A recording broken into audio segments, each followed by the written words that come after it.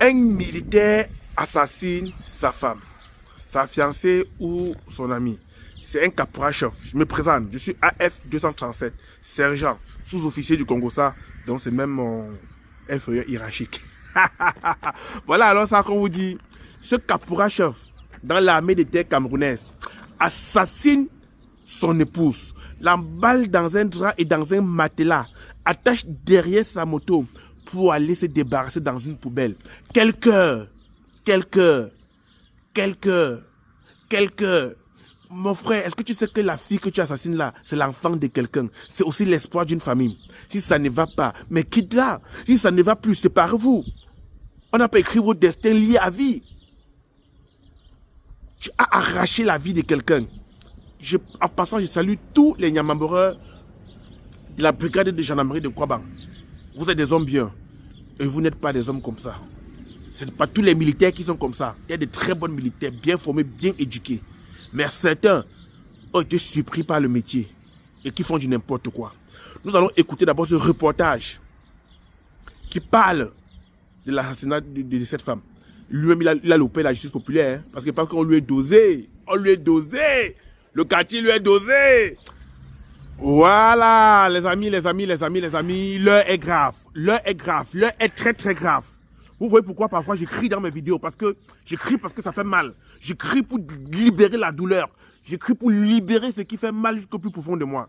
Les amis, voilà un soldat camerounais entré dans l'armée pour chercher son nyama, pour chercher quoi manger, pour avoir un travail stable, pour avoir un métier stable, se retrouve à assassiner sa copine pour des raisons dont on ignore. Même si cette fille-là t'a fait n'importe quoi, est-ce qu'elle mérite ça?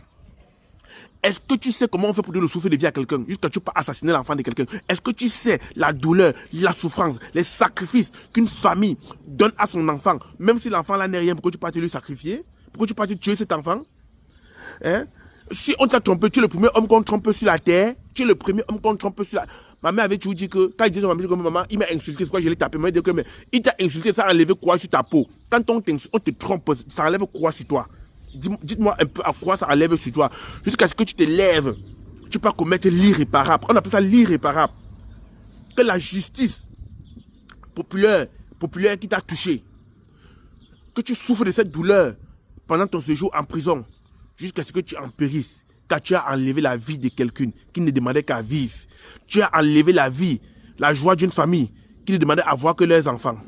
Les amis, revenons sur ce problème d'infanticide. C'est infanticide, non, c'est un problème de quoi on appelle ça quoi? Ouais, nous qui n'avons pas bac plus 10 là, on ne trouve pas les mots. Hein.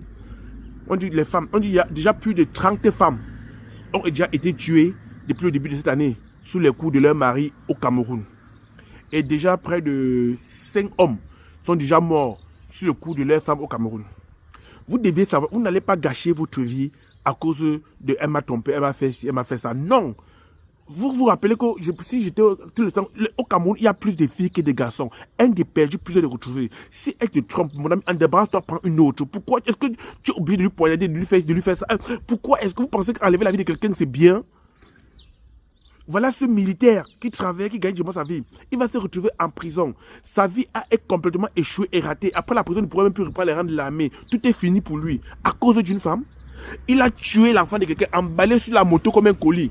Il allait jeter à la poubelle. Comme on dit que l'être humain est fort. Avant en route, le colis était tellement lourd. La moto n'arrivait pas à grimper la colline. La moto s'inclinait. Le colis est tombé. Les curieux qui venaient l'aider, ils se sont rendus compte que c'est l'être humain qui est dedans. Et l'être humain qui était plein de traces.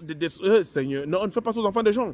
Lui-même, il était bastonné par la justice populaire. Donc, avant même que la brigade ne le prenne pour l'amener à la brigade, hein, lui-même, il a dit que non, mieux la mort, là, le prenait avant. Est-ce que ça manque au pays? Ça ne manque pas. On reçoit le compte avant que la justice ne vienne reçoit le compte. Donc, chers fans de cette vidéo, c'est pour sensibiliser les hommes qui sont fragiles. Si vous êtes fragile, ne vous mariez pas, restez célibataire. Si vous êtes fragile, restez célibataire. Ne partez pas vous mettre en couple pour enlever la vie de quelqu'un parce qu'elle m'a trompé, il m'a trompé. Non. Un des perdus, plus de retrouver. On ne quitte pas.